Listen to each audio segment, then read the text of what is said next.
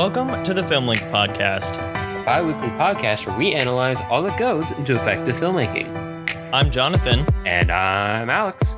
And this is episode 124, Documentary Dreams. That's right, we're going to be talking about sports, like we have been for this entire small series run this year, but in the context of documentary, because sports are a real thing, like so many other things we see in movies, except half of the things we see in movies. But they are very real. And there's something that's very easily and very commonly captured on film. You probably watch sports every week. That's the whole point of sports. Yeah. There's something to be watched and to be seen. And we're so used to seeing them in the live context, whether in person or on TV.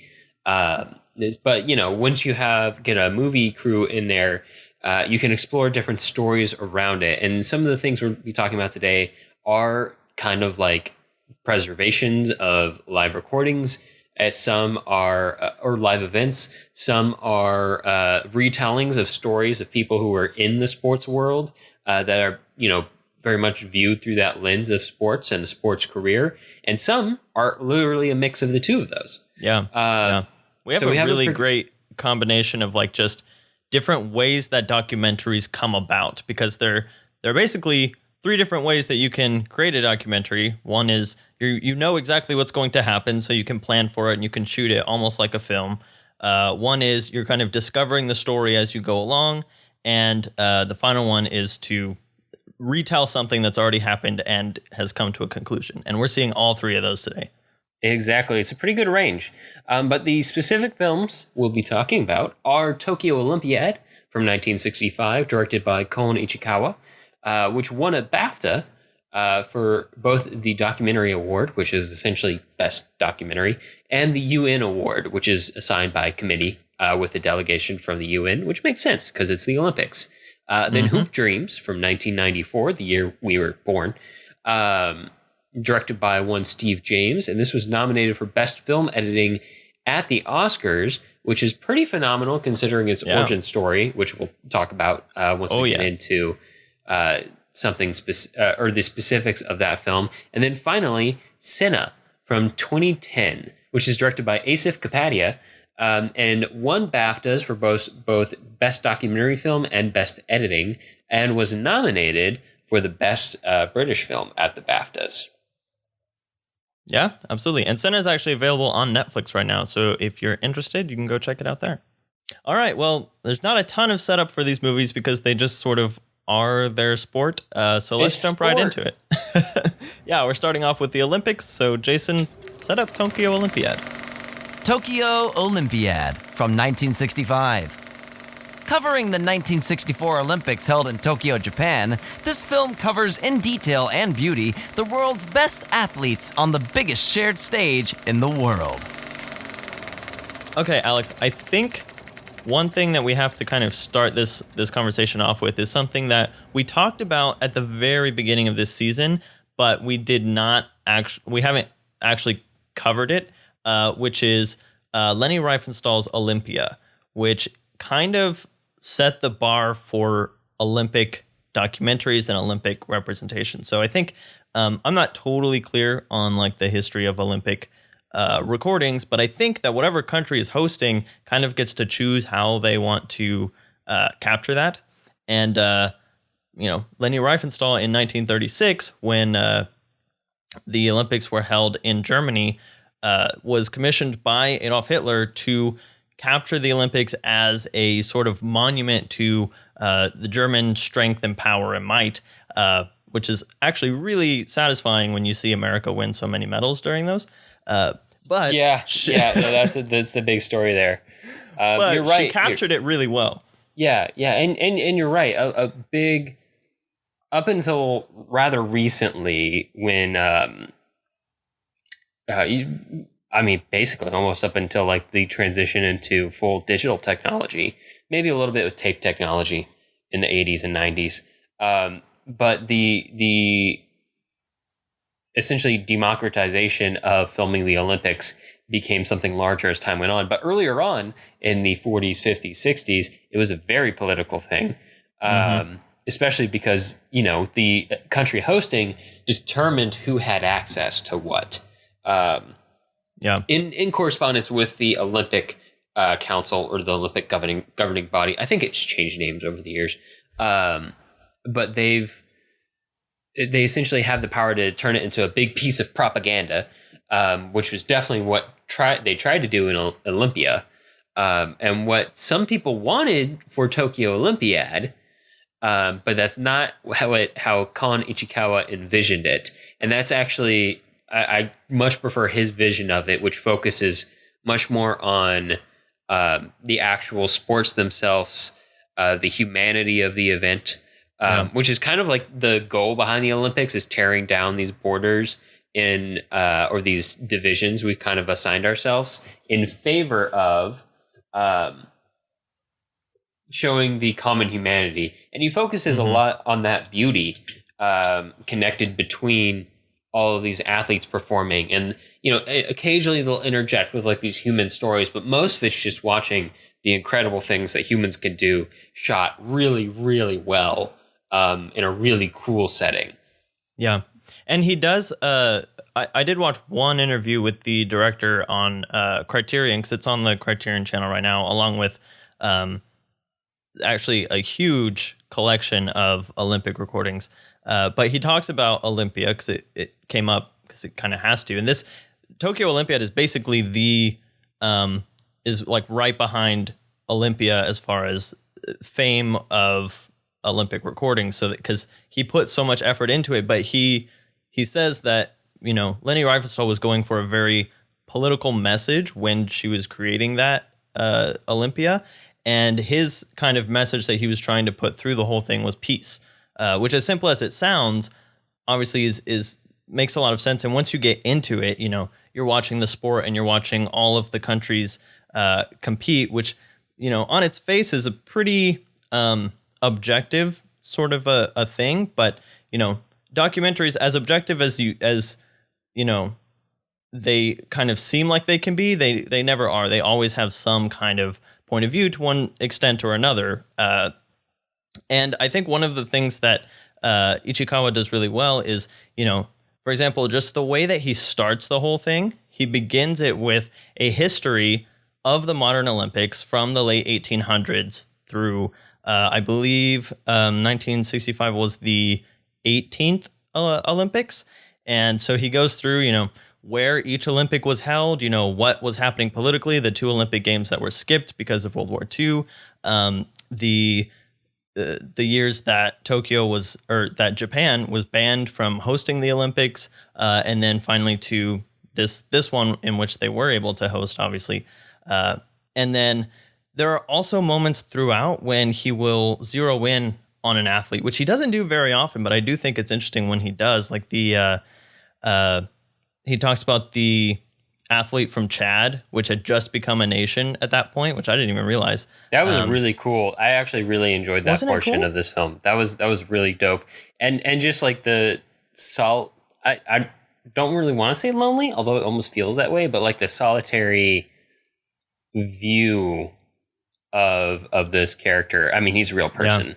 Within film context, I guess we can call him a character. He was the one athlete from Chad, just to be clear. And Chad didn't have the money to keep him there the whole time. So he was only able to be there as long as he was still competing, and then he had to go home. So he didn't really get to do the festivities. He didn't really get to bond with the other ones. So there's like a scene of him eating in the cafe by himself, and the narrator is kind of, explaining his situation. But it's one of the only times when we kind of come out of the grand spectacle of the Olympics and kind of take some time to think about the athletes. And there are some other moments like that, but that one really sticks out.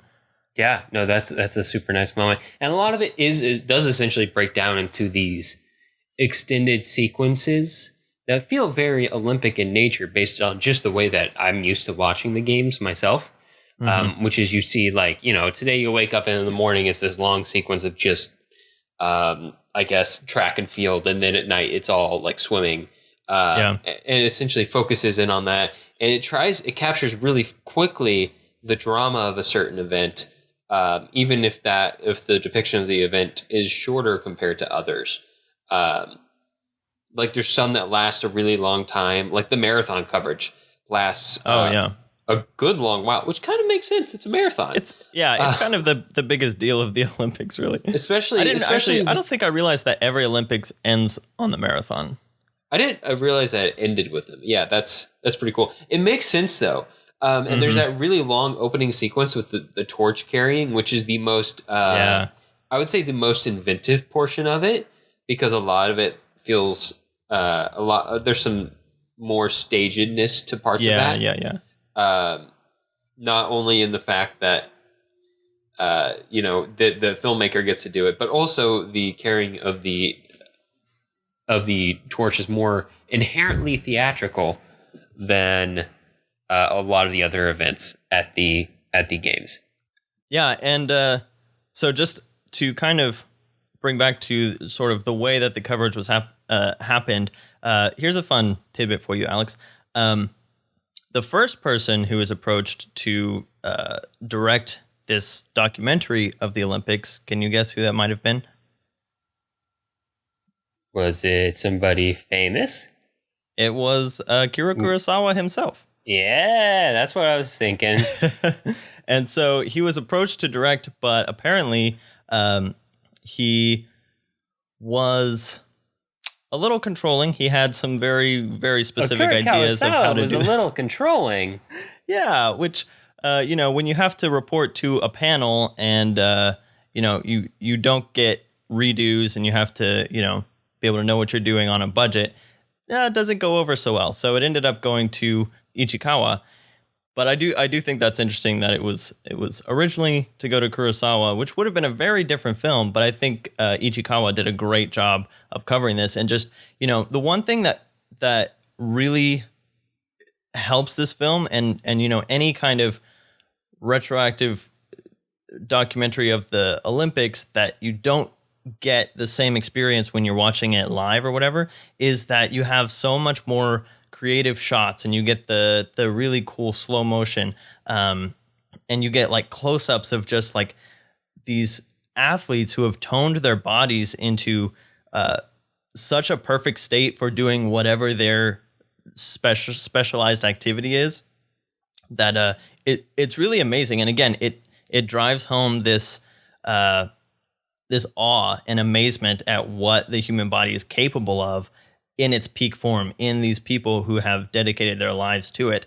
And one of the things that's a little different than some of the films we're going to look at later is that in this, we're almost focusing more exclusively on the sport. Like I said, we have those moments where we talk about the athletes, but it's really not about, what has the athlete sacrificed to get to this moment? It's about, look what the athlete can do in this moment. This is the best of the best. Yeah. It's not about the story of the athlete. It's about the existence of them as an example of humanity at peak performance. Yeah. And what I really enjoy about this, what I really enjoyed about the experience of watching the film was that it felt like a documentary as preservation, which is one of the forms of documentary, and one of the basically the earliest forms of documentary, is just preserving an event on film. Not one that's meant to be a story necessarily, but one that is just set on film so that you'd have it for the rest of time.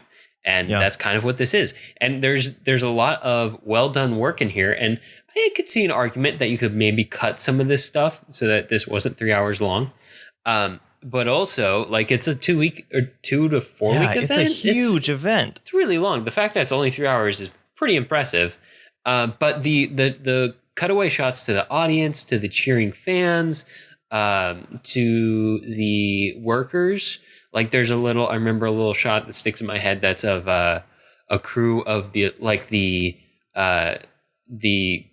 I'm sure local Tokyo Olympic boards workers who were handing out or selling like pins, and there was a lady looking through their pins, and I was like, yeah, these are nice little shots. These remind us what it's like to be at, or don't really remind us, but I guess that's the point, is to make you think you were there, but give you the feeling of this moment in time and what it was like. It gives you a tone surrounding it. It gives you context for the event, rather than just preserving the event, which when you're making essentially what it amounts to a artistic historical document is super important. Yeah. Yeah. And the other thing that's different about this film than the other two films is, the Olympics are basically set. They're one of the most orchestrated sports events out there. And so, Ichikawa knows what event is happening when, where it's going to be. He doesn't know the details of what's going to happen or who's going to win or whatever, but he's able to plan and lead up and be able to be in the right spot at the right time to capture what is going to happen. And so that's one of the things that is a little different than what we're going to see, especially, in Hoop Dreams when the story is unfolding as it goes. And so you have to kind of be ready to be on the spot for when the next event is going to unfold. But here, the planning really helps the outcome because, in this case, you're able to see all the best parts of the Olympics because Ichikawa is prepared to capture those. There's not a lot of like running around like frantically, we might miss this, we might miss it. No, they know where everything's going to happen. Up. Yeah. Yeah, and specifically the contrast you're talking about, Jonathan, is in reference to the way live sports are shot, which you can see constantly on your TV at home, which are nice wide angles, lots of cameras pointing, but nothing overly specific, nothing very bold. Everything played very safe, which is a big problem I have with a lot of modern television. But it's a way of shooting to ensure to shoot with prioritizing clarity. But the way Ichikawa shoots is to prioritize. I don't want to say art. I want to say to prioritize effect. One of the things that's really unique about the way he shoots is he's not just conveying with his angle that he knows how to shoot. He's trying to do justice what it's like to see in person somebody do something with their body that just seems like it should not be doable. These are incredible physical feats. And I'm sure when you're there in person, like watching it right in front of you, it's nuts to watch somebody do it. That's super amazing to see somebody vault a pole that's like 10 feet in the air or however high it is. I was up about in to the bring air. the pole vaulting section up because there's one thing that he's not able to really convey even with the long run time and with how much coverage he has, but the pole vaulting sticks in my mind because you're watching them go and I'm not even completely clear how the pole vaulting scoring works. I think one person hits a height and then the next person has to match it, and if they do, they raise it, and everyone has to have to keep matching, and once you don't match it, then you're out of the running. So it's like an auction. Yeah. But really, really difficult. But there was one moment where he has the commentator at the end and he says, "This contest has been going for 9 hours." And I was like, holy cow, they've been jumping over this pole for 9 hours? Like, you don't really get the full impact of that. That's a lot of jumping. That's longer than the marathon. I know, it's insane. And not the last guy that finished the marathon, which props to him, but I think he finished in like 14 or 12 hours or something. No, the last guy who finished the marathon. Yeah, the last guy who finished. I was about to say the first guy came in like 2 hours or something. I know, which I think, I'm always like, oh, yeah, 2 hours, that's not bad. I could. That's absurd. And then I'm like, that's so and then fast. The last guy comes in 14 hours. I was like, oh yeah, that would be me, definitely. Like, that's like, oh my gosh, it's so fast. That's 120 minutes and you're running 26 miles. And that guy won it 2-3 Olympics in a row. Yeah, that was crazy. He was a boss. It's still running like a 4 or 5 minute mile. Jeez, for 2 hours. Like that's 26 nuts. Of those. Yeah, that's the whole movie is just, that is nuts. How can you do that? Everything. And there are some of those sports where they have to kind of explain the rules, or they have to explain, like specifically some of the weightlifting stuff. They have to show you there are 3 different moves, and the amount that you're able to lift between the 3 moves is your score and all that kind of thing. So there's a little bit of exposition that goes into this. There's a little bit of and then there's some stuff that doesn't have to be explained, like gymnastics. We go into the gymnastics section and we have these really beautiful, like, oh gosh, for lack of a better term, I use the nerdy animation term, like onion skinning effect, when as she goes across, you see like each frame kind of frozen, and that kind of thing. So there are like moments of really artistic creativity. There are moments of more technical explanation, and it all blends together in this really really cool experience that is quite exciting to watch, because that's what it is. It's these people who do really cool things while you sit on your couch and gawk. Yeah, I think this is the first one too where I really felt my age watching the Olympics. Where I was like, oh gosh, how does anybody move their body like that?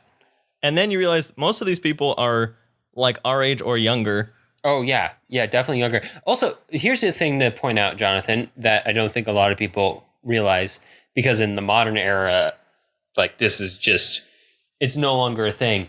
But for a long time, up until like the late 70s, mid 80s, it was like a slow transition period. The Olympics were all amateurs. That was the enforcing rule of the board. Yeah, there's even that point during the marathon where they're telling you, like, this guy's an accountant. Like, this is just an accountant running. Yeah.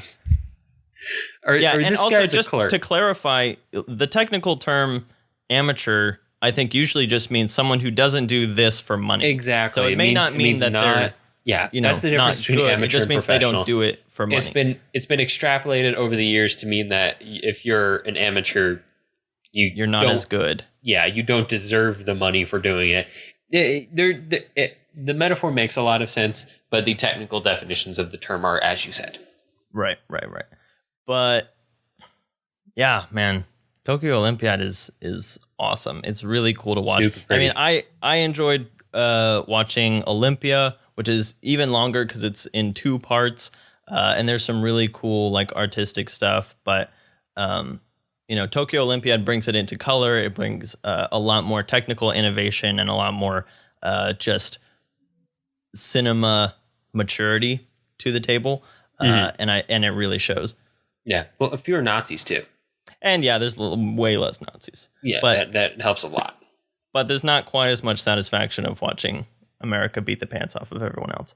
That's true. Yeah, it is funny at the beginning when they're showing all of the delegations, and there's just like 5,000 Americans. Oh yeah, can we point out that like the Americans' costume too, which was cowboy hats? They were all in cowboy hats. Yep. What? Actually, that's a pretty common conception from what I've heard. A lot of people, if they don't know anything else about America besides like the colors, they know about Texas.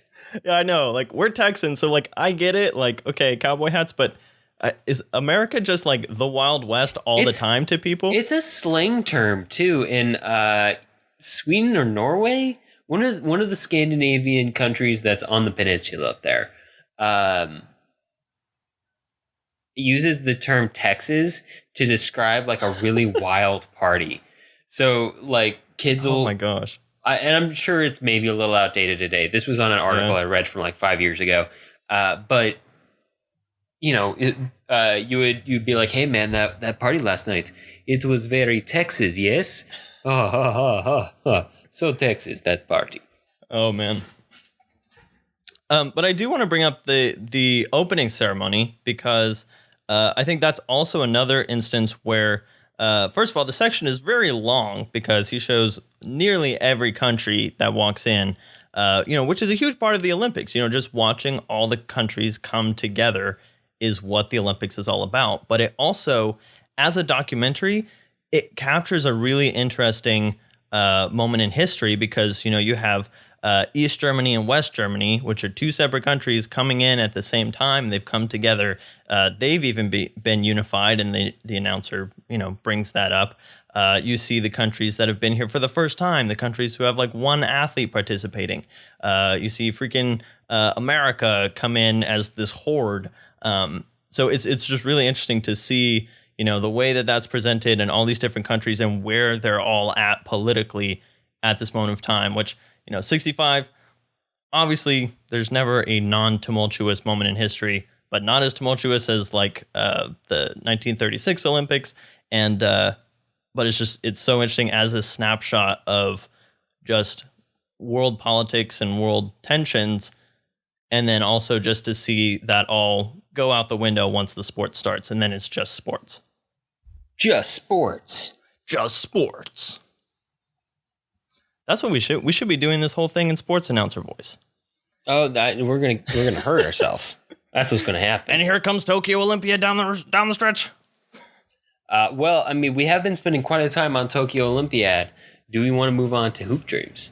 Yeah, let's move on to Hoop Dreams. All right, Jason, set it up. Hoop Dreams from 1994. William Gates Jr. and Arthur Agee were once two middle schoolers playing basketball on courts near Chicago. This documentary covers their story as they're recruited off of the courts and onto a prestigious high school team, chasing their dreams of one day playing in the NBA. But the road is a turbulent one, full of those who care and those who don't, those that will help the boys and those that only seek to use them. And in the end, Gates and Agee are left to explore the role of basketball in their life and identity. Hoop Dreams. Hoop Dreams. Hoop Dreams. Okay, Alex. So this movie starts off, and I had an initial thought, and then that initial thought ended up being the complete and unvarnished reality.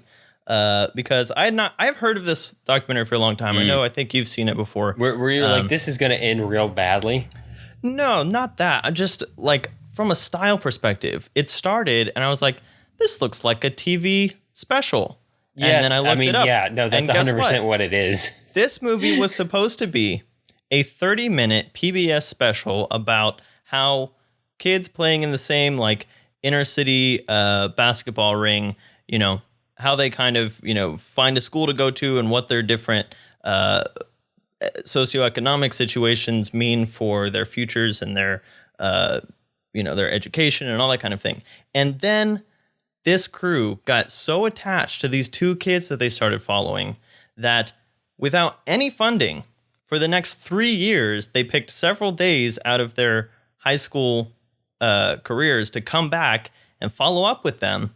And then the stories kept developing in such an interesting way that they got more funding and they were able to film a long time during their senior year and put together this story that became just like this huge exploration of privilege and aspiration and talent and dedication and like all of these things that you could never have imagined the first day that you step onto, you know, this random basketball court with a bunch of kids from the neighborhood just shooting hoops.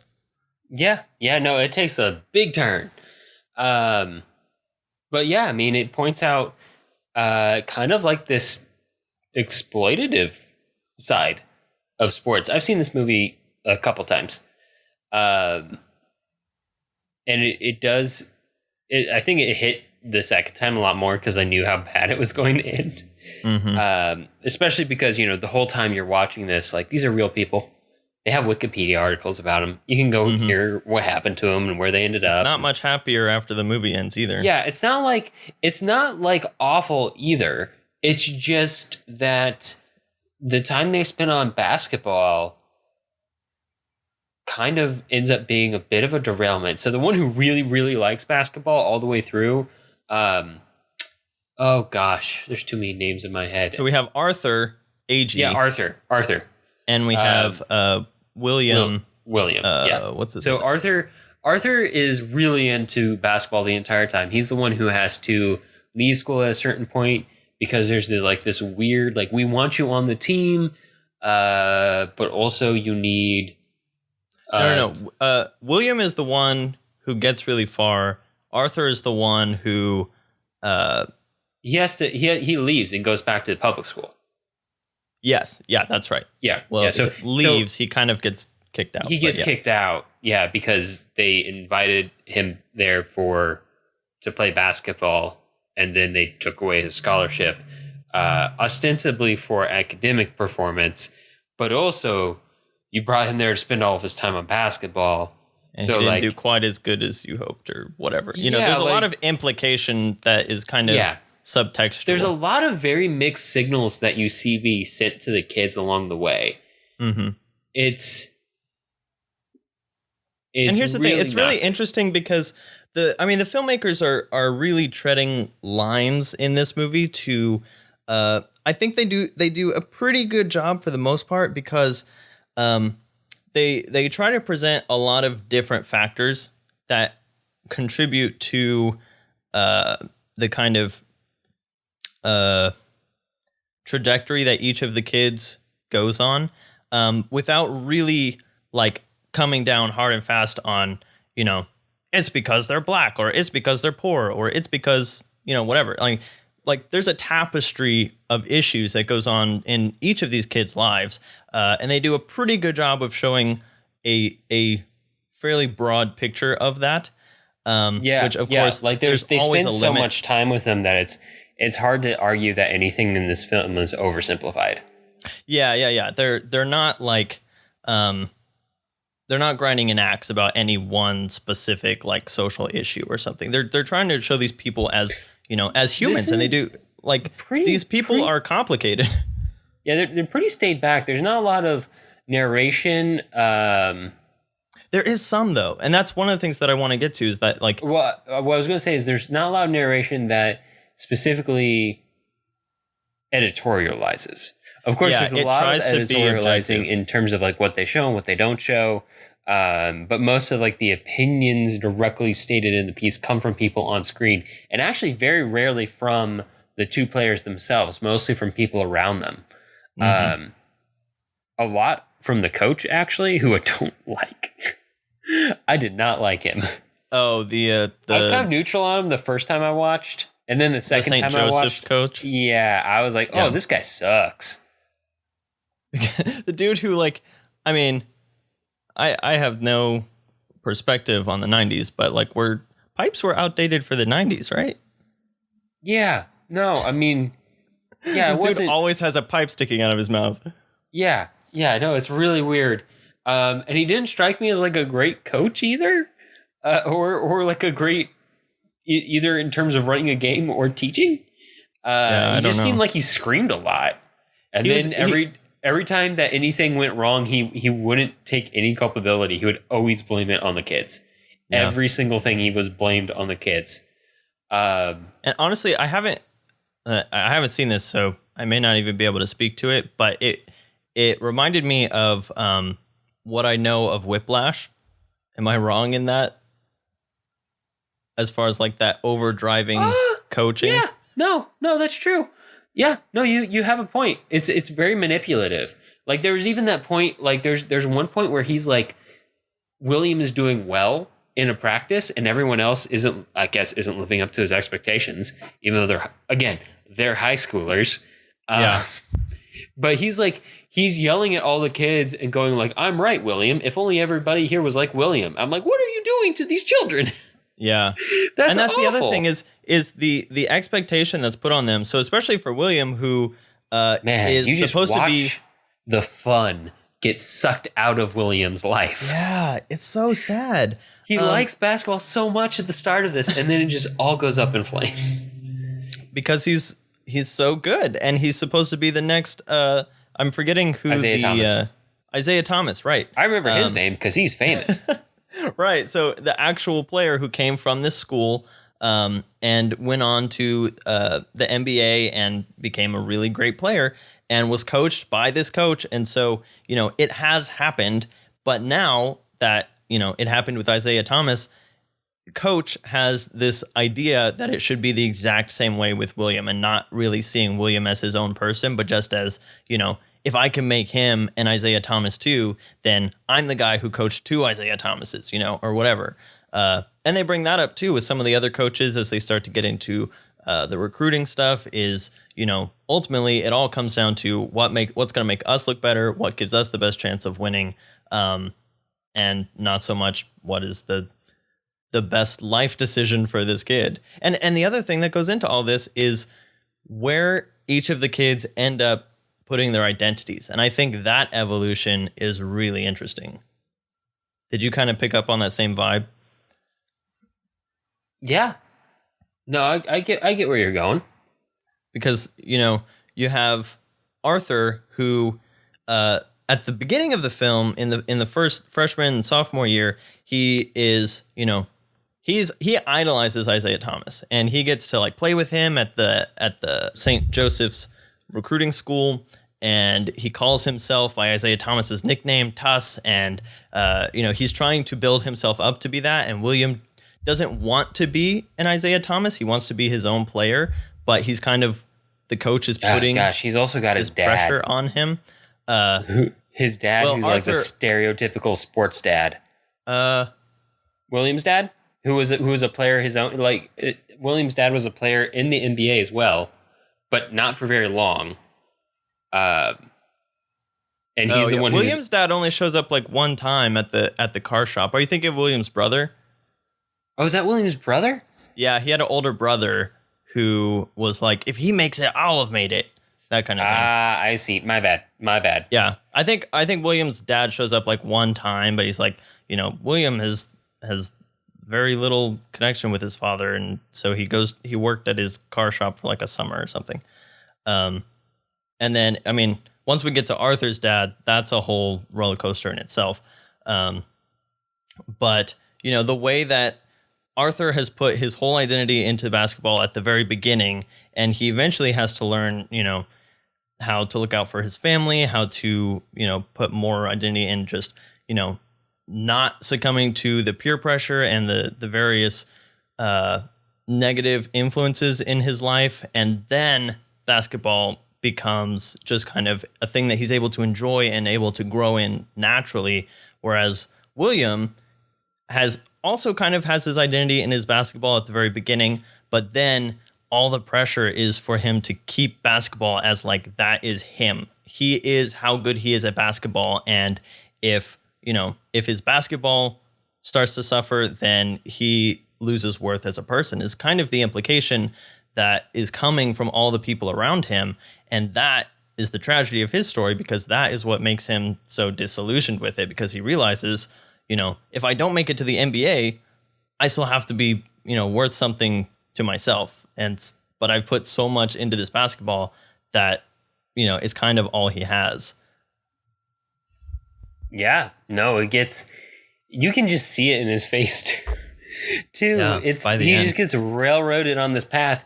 And there's even like this one aspect that that is kind of I guess it isn't kind of, it is directly the documentarians pulling the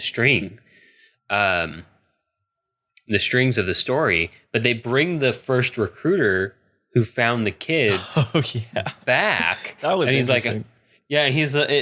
And you can tell he definitely won't admit to it, but he also knows what he did was wrong. He knows that sending these kids on this path of people who all just seem to want to use them.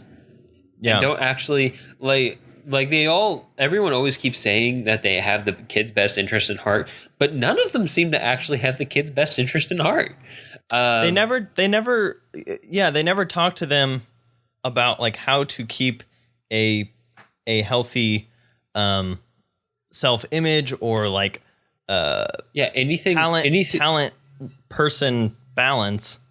Yeah, they only do what they need to get them to perform the way they want them to perform. And it's even really interesting to watch the initial recruiting process by St. Joseph, and then near the very end of the film, watch the same recruitment process happen all over again. With the college, it's just like amplified. Yeah, and you already know how kind of like slimy it is, and then you watch these college recruiters, and it's real slimy. It's real bad. Like, they're showing all this stuff off, and you already know how they're going to be treated there. Maybe better, maybe less abusively, but also it's definitely entering into a contract where they just want you to perform for them, and you're not getting that much back in return. Like, yeah, you're getting your education paid for, but if you're expected to spend all your time on the court to keep benefiting the program, then are you really getting that quality of an education? And And that sequence of William describing the way that the recruiters were sucking up to him. Like I feel like I've heard that even just in the corporate world, like as far as people trying to get hired for management and stuff, people are real nice to you when they want something. Yeah, they take you to the 5-star hotel and they give you these like nice steak dinners and you get to see all the like really nice stuff. And then you get there and you're in some crappy dorm somewhere, and then you're just a player, and then you've got to prove yourself all over again. But now they've got you locked in. So here's the other interesting thing, because like I said, Hoop Dreams has more of Hoop Dreams has more of a. I feel like they made that song when the movie was like 30 minutes long, and then it got to be 3 hours, and they were like, "Do we have money for like a different song that doesn't sound like it was made for a TV documentary?" And everyone was like, "Nope." Also, that song just cements this movie in the 90s forever. It's very late 80s, early 90s. It's like it belongs on a Nickelodeon show somewhere. Yeah. But this film has the most tangible fingerprint of the filmmakers in it, because first of all, as like originally a PBS documentary, it has that kind of really dry narration. William, the summer after his first year, decided that he was going to move to the neighborhood where the school was or whatever. Like that didn't happen, but that type of narration. And so there are those moments that kind of help fill the gaps, because just by virtue of the way that the film came about, after the first initial couple of days of shooting, they only had without any money, after the original 30-minute PBS segment was shot, the crew goes back and shoots 5 days in the summer before their freshman year. And then they shoot 7 days during their freshman year. And then they get 10 days of their sophomore year. And then once they start cutting some of this stuff together, at that point, you're starting to get a story and you're starting to see the differences of these kids. And the one kid's already been kicked out and the other kid is, on track to the NBA, it seems like. And again, this is such an organic process. Like, there's a really good chance that William could have made it to the NBA while Arthur just becomes a really good basketball player, at these junior colleges or whatever. But I mean, there are a lot of factors that go into that. I think William's he gets injury, into Arkansas et cetera. after the end of the movie and ends up playing 2 years of college ball, but doesn't go into the NBA. Right. If I remember the Wikipedia article correctly. As you're filming, you don't know that. Like, and their sophomore year, you're seeing their talents starting to come out, but at that point, after their sophomore year, they got more funding. So then CPB funded $70,000 and KTCA gave another $60,000.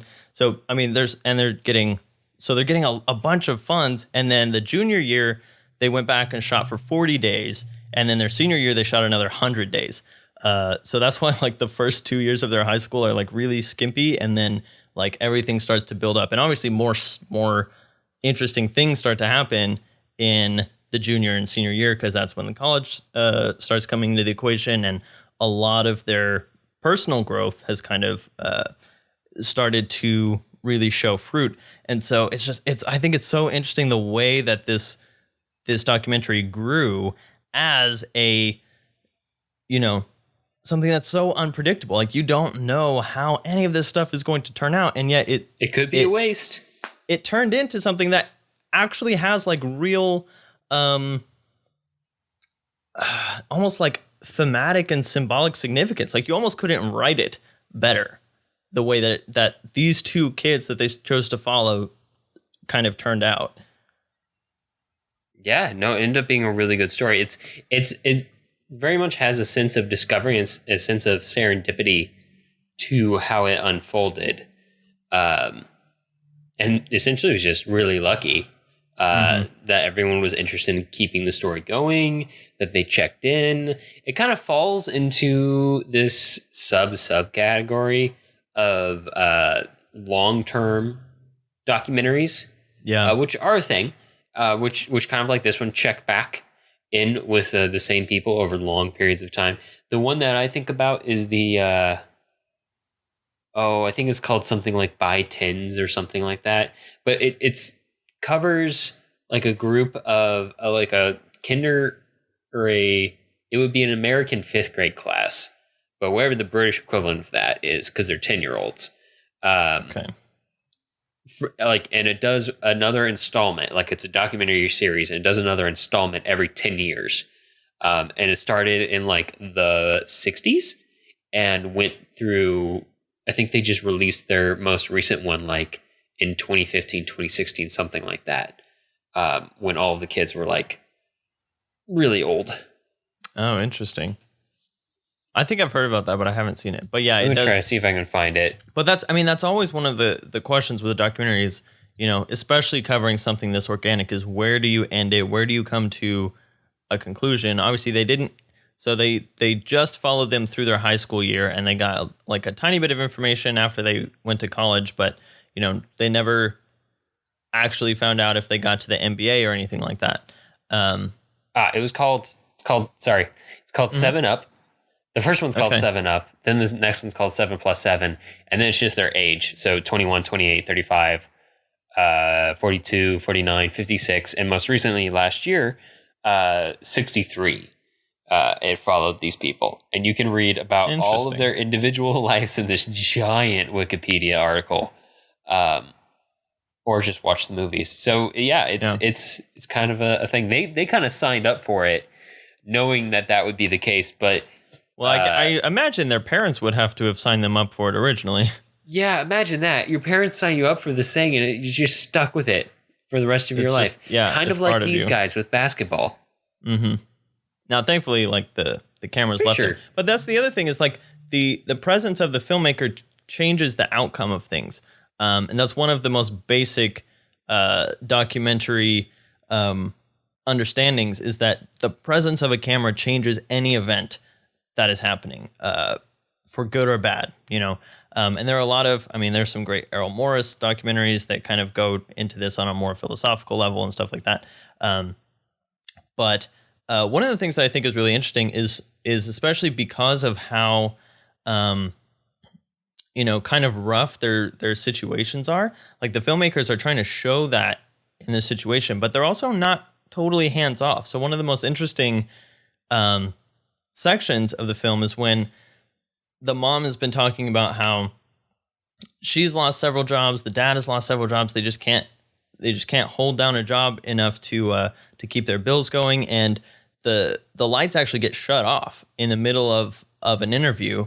And so the documentary crew films them, with like one lamp that I guess they got power from a neighbor or something, walking around the house just trying to get by. And then apparently off camera, the crew gave them enough money to get their lights turned back on. So, they still have an active part, but they're trying to show a very objective part of these people's lives. Yeah. They're trying to keep the story going too. Yeah. But these are all like questions you have to ask yourself as a filmmaker is, how hands off on you? How much do you like turn off your, I'm a person who cares about these people for a story, or are you just going to show whatever happens to them and then, you scoot and say peace? But I do think it's so interesting because there are a couple moments where the filmmaker will speak from off of camera. And like when he tries to get Arthur to read him his paper, he's like, come on, man, just I just want to know how you write. And it feels like it gives the subject a very friendly kind of aspect with the filmmakers. And I imagine that it must have had to be that way, or else they would have, not let them keep coming back into their homes year after year. But it was just a really interesting moment of like a little bit of a fourth wall break that ended up being like a really sweet moment. Yeah, no, it was a good moment. It showed a lot of character. And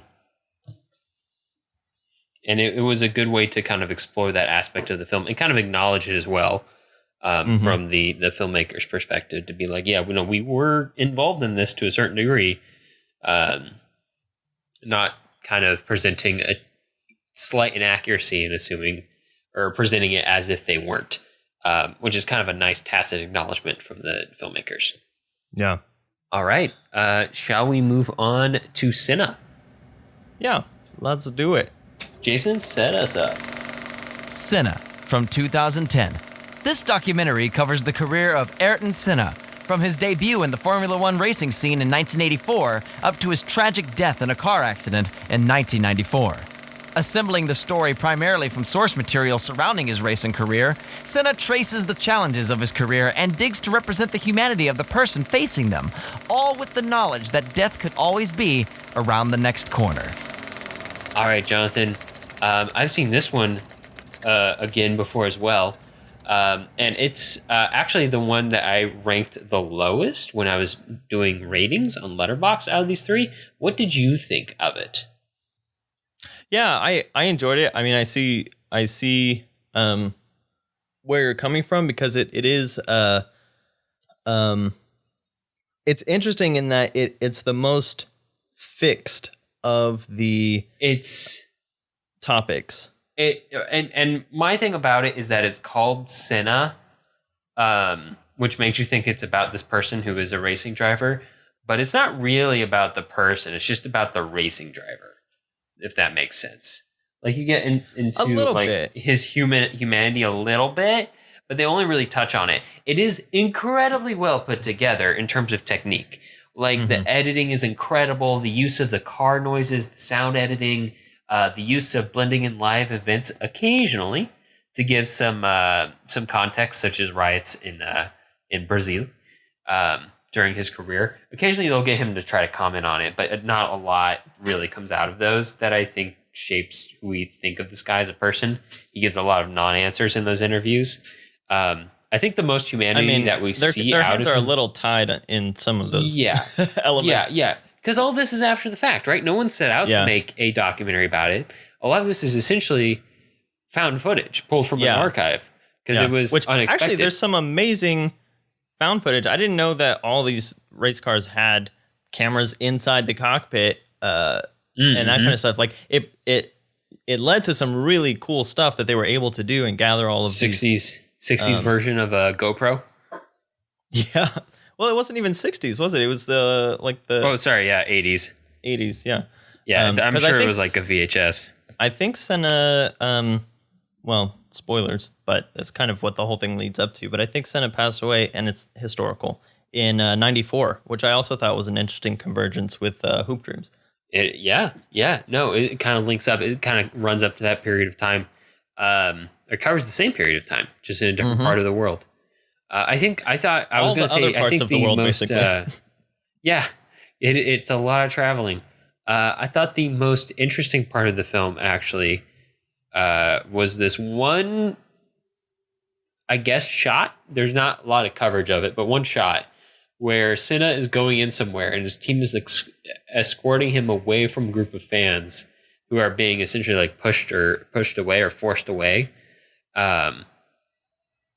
And he's like, yeah, I feel really bad for those guys. They just want to say hi, and now they're being shoved out of here. Like, that kind of sucks. That was the most human I saw him in the entire documentary. There's a lot. Every other bit of Senna that we see is him as a race car driver, which is very much because of what we said earlier, Jonathan, because it is from just this collection of interviews, this collection of footage that we would have had of him from the time, which happens to all be professional. Yeah. So it's somebody interviewing him because he's a race car driver, somebody watching him race. It's a recording of a meeting where he's arguing with other race car drivers. There's a huge chunk of the movie that's spent on racing politics. Which they fills in something about Senna. Hype. Yeah. But mostly just kind of feels like they were reaching for stuff to fill time. Yeah. So I mean, I think this film does a lot of good things, but I will say, and I think that they try to fill that gap that you're talking about. Like they don't ignore it. They make an effort. And I think that that's where the interviews with his sister come into play. And they use as much of that home video footage as they can. But even then, it's only after he's won his first tournament and he's just kind of living it up. He's got like all these girls. He's just kind of the coolest cat out there, and we don't really see a lot of him. And they also they try to pull as much like little clips of him not talking about racing and just kind of, whether it's stressing out and like running his hands through his hair or doing whatever. Like they latch onto those clips that they have, and they stretch them out as long as they can. It does make this one kind of one of the more difficult films to kind of pull off in the most compelling way, because there's a real limit to the amount of content that they have. But so along those lines, and it's kind of probably for later in the discussion, but we can get into details in a second. But what is really the takeaway of Senna? Because I think that was one of the things that kind of makes a difference when we're talking about this, of like, what parts of Senna are we seeing? What is the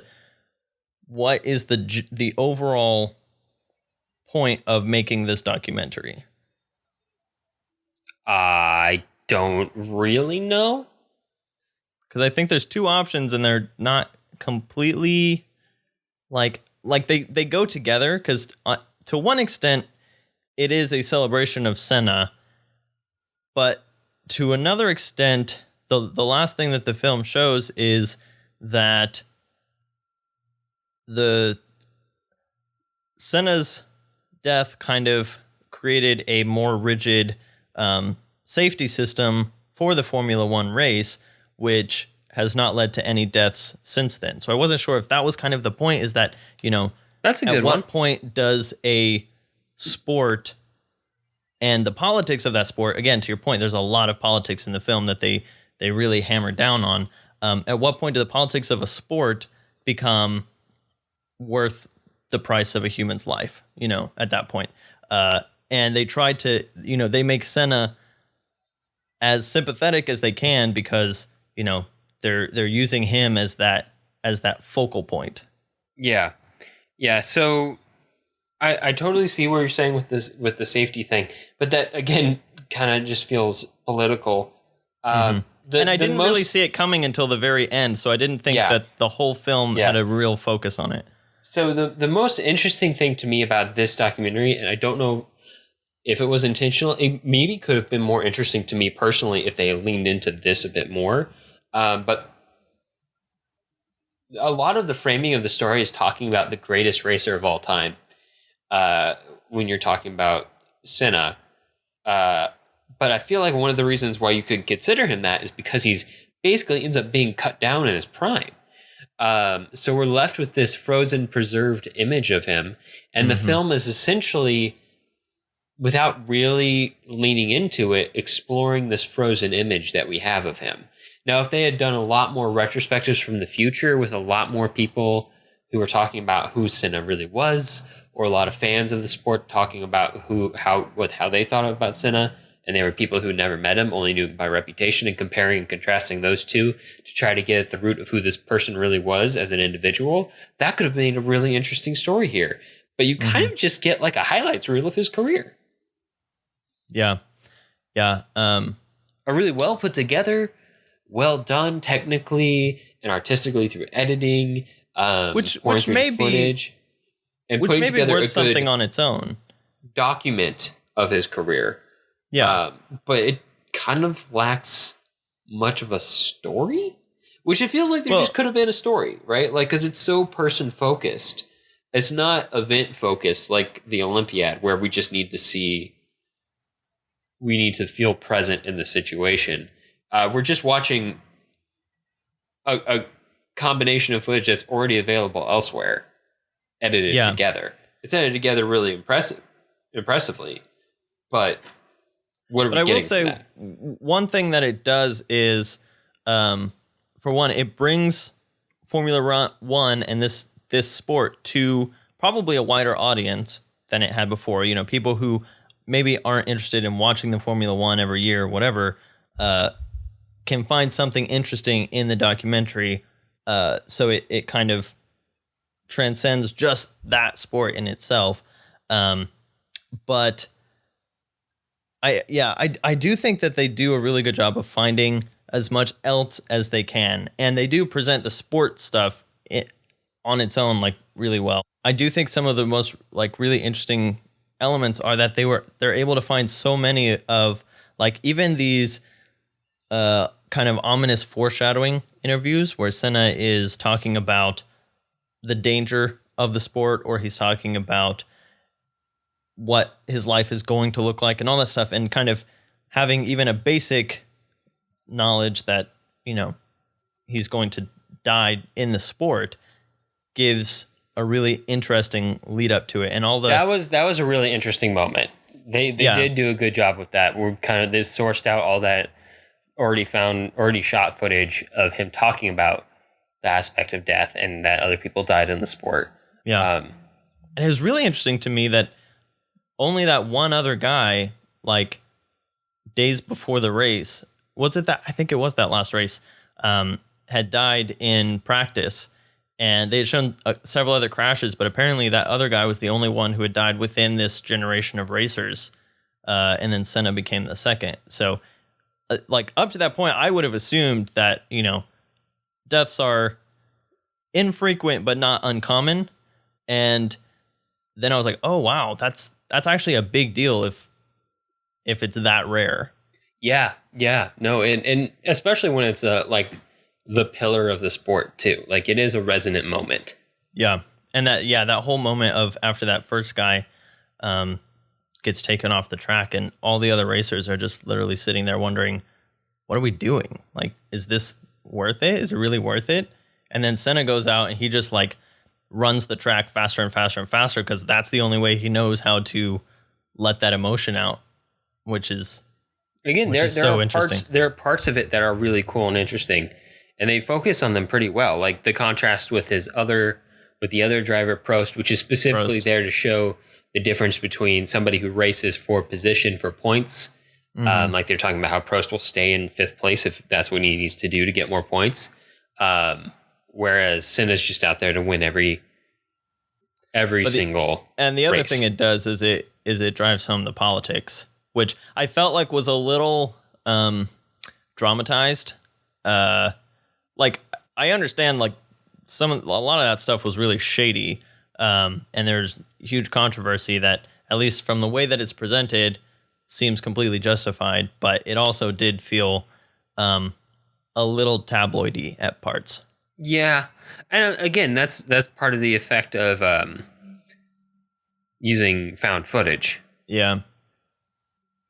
And that's one of the things too, is like we have only found footage. We have some recorded interviews that are kind of narrating over the thing. There's no filmmaker narration. There's only interview narration, but they're never on-camera interviews unless it's, like you're saying, archival footage of the racers at the time giving interviews and, you know, talking about their relationships and what happened.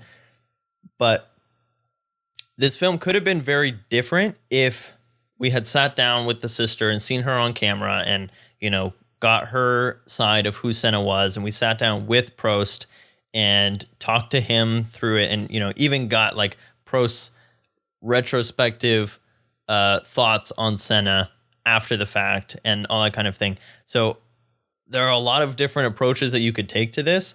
And so the choice to strip all that out and keep it just footage of Senna that exists with some footage of, you know, the various social aspects that are going on in Brazil and in other parts of the country that are applicable makes it really interesting. And these are all decisions that you have to make when you're going into a documentary that change the overall form and takeaway of the documentary. Yeah.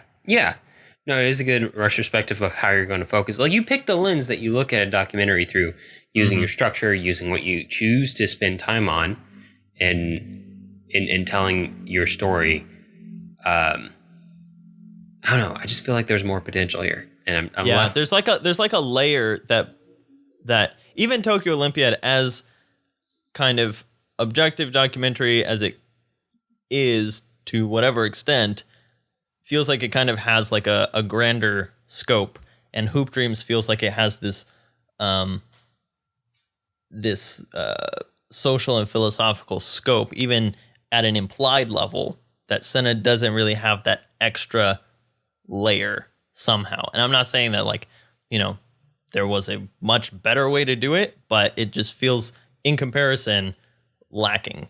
Yeah, especially in comparison to some of the other really cool stories we've seen. Man, just leaving me a little bummed. But, I mean, still worth watching. I mean, I learned a lot about F1 racing that I never knew about before. Oh, yeah. That's a whole thing, apparently. My entry-level knowledge was practically zero, so I was learning as I went along, Googling pole position cautiously, and lots of stuff. Yeah.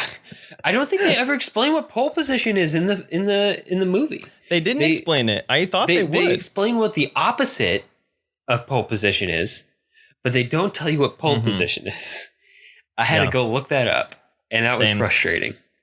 Honestly, I had inferred what it was, not through the movie, but because I have played Mario Kart so many times. I thought pole position was like a literal pole where you saw what place you were on in the race, and you could see it at all times from the track.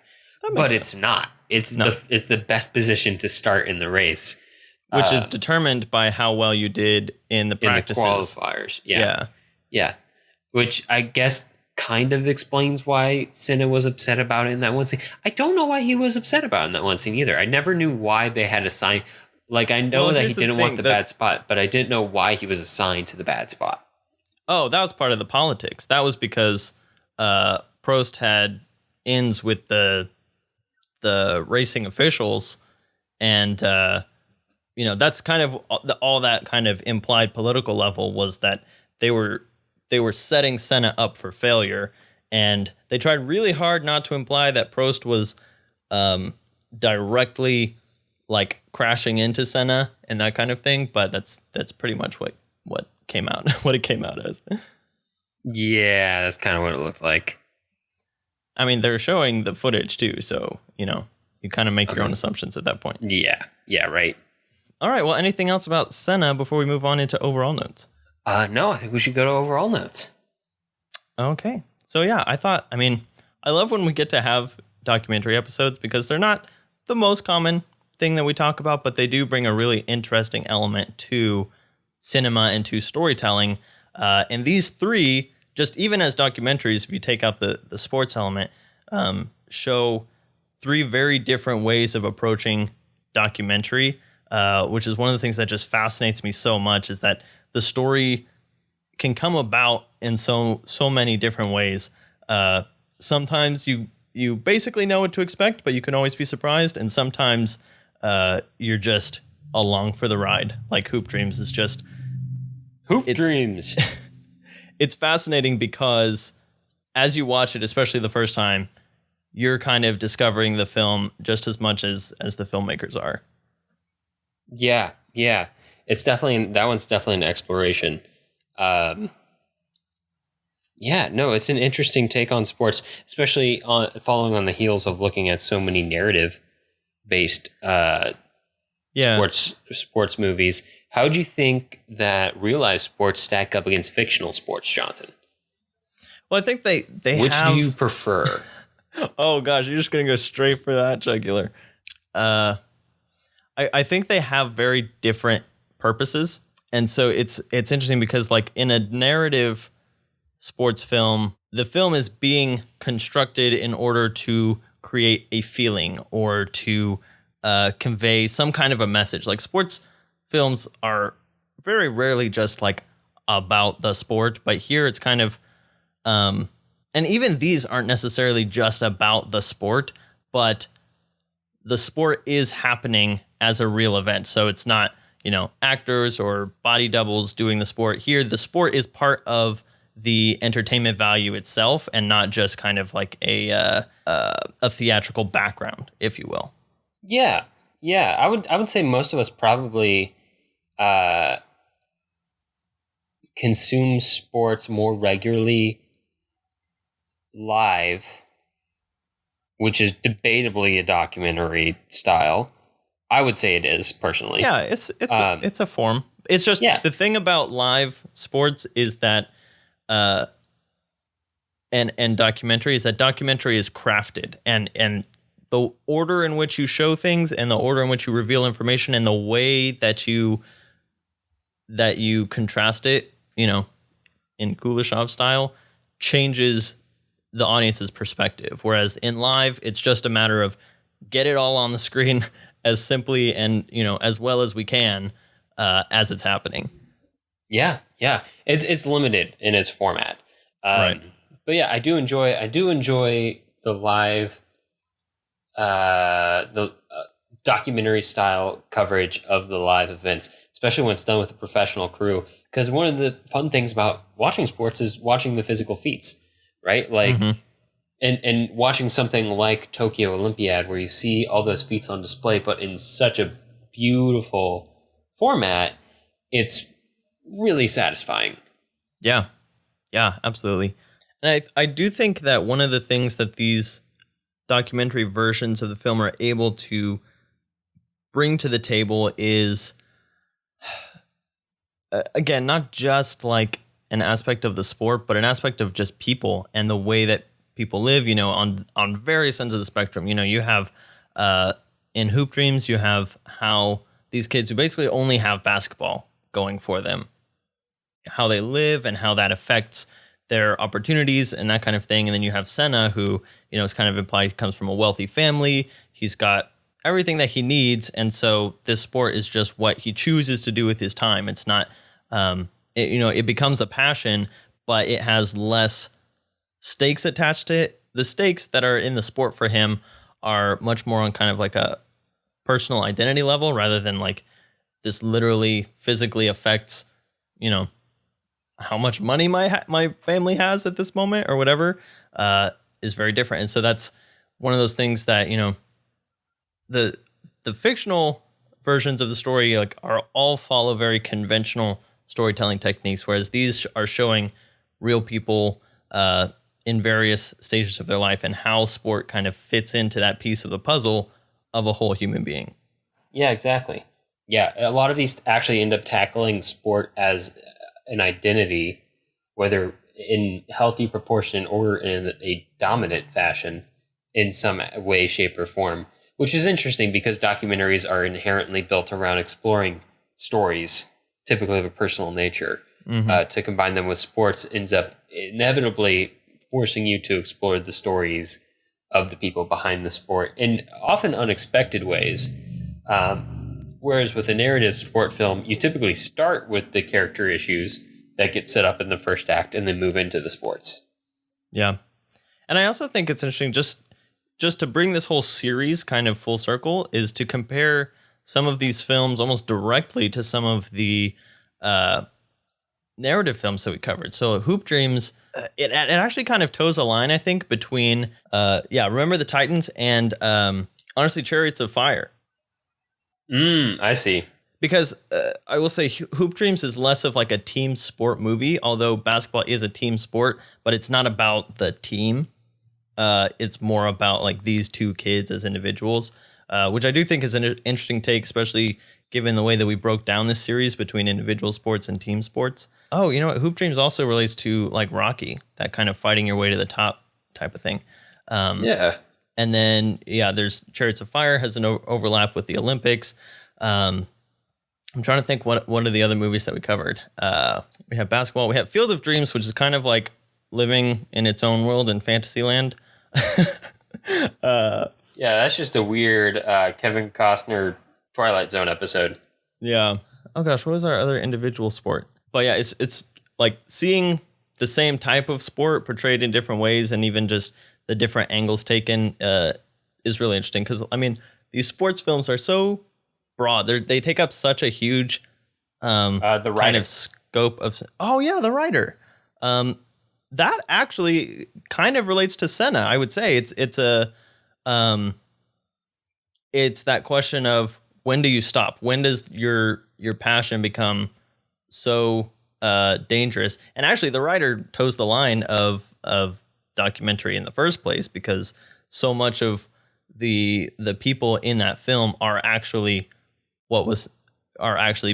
kind of playing themselves, just in a more fictionalized narrative. I forgot about that. That fits really well. because it is that question of when does the sport become worth the risk of your life? You know, Also makes me think of Free Solo. yeah, that too. On like, oh man, such a psychological level. All right, well, I guess that's sports. That's sports, sportsy y'all. sports. You came here for the last word on sports, and we gave it to you. That's it. That's all there is to be said about sports. So That's it. There's no more. I don't You want to heard hear it nothing here about last. sports from any of you. No, more no sports. sports talk. Oh man. All right, so Alex, what in the wide world of sports is going on next time on the Well, podcast? definitely not sports, Jonathan. I can tell Not you that. sports. Yeah. So we're Wait, gonna let's be double check. No. Okay, no. As far as I know, there's no sports in these movies. There's arguably some racing. Okay, that's true. All right, you got me. Do you think they're going to be talking about pole position? Actually, you could talk about pole position in that movie, Jonathan. Oh my gosh, you totally can. You could. So maybe this isn't the last word on sports. We'll have the last word on sports next week, which is appropriate because we're titling it "The End of the World." Because 2020 has been terrible. The idea actually came before 2020 was completely terrible. Oh yeah. No, our old pandemic kept it. episode was our timely one. This one just like unfortunately is still relevant.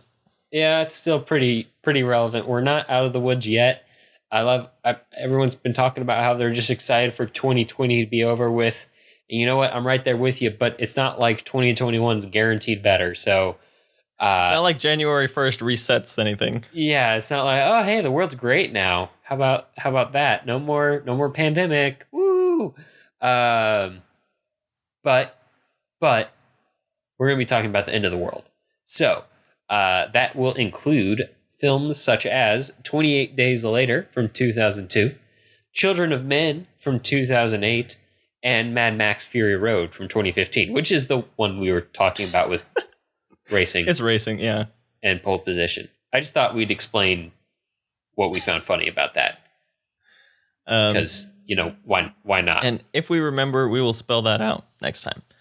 Yes. I will really explain all the jokes. I just want everyone to get the jokes because, that makes jokes We need funnier. just like a whole bonus podcast that's just like us going through and explaining really either stupid or like too high level jokes that we've you said on the guys podcast. send us jokes, and at the end of every podcast, we will read those jokes. Just and explain then we it. will explain why those jokes are funny. All right, but You're speaking of the bonus podcast, we do have a Patreon a Patreon where you can become a patron and help support the show. We have a digital community on Discord where we live stream all of our recordings, and we also have a bonus podcast here where we talk about other types of movies, sometimes really old movies, sometimes really short movies, like the last one that we talked about, which was at this point, pretty classic Australian short film called Spider, which is a roller coaster, and we had a lot of fun talking about it. So if you want to hear more from us on weeks that we're not releasing our main show, head over to the Patreon. But for now, that's about all the time we have to talk about sports. If you have movie suggestions for us and want to reach out, I can be found on Twitter at JSSatchel. And I'm at Alex Geringer.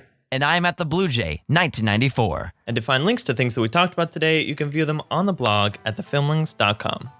If you like the show, let us know. Leave us a review on iTunes so other people will know what we're all about. We definitely appreciate it. Talk to you next time. All right, see ya.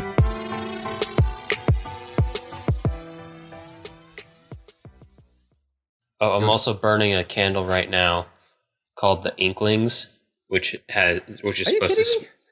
Nah. What's it smell like? Cider, oak, and pipe tobacco. No way. Where did you get that? It's from a candle studio that I found recently that I actually really like.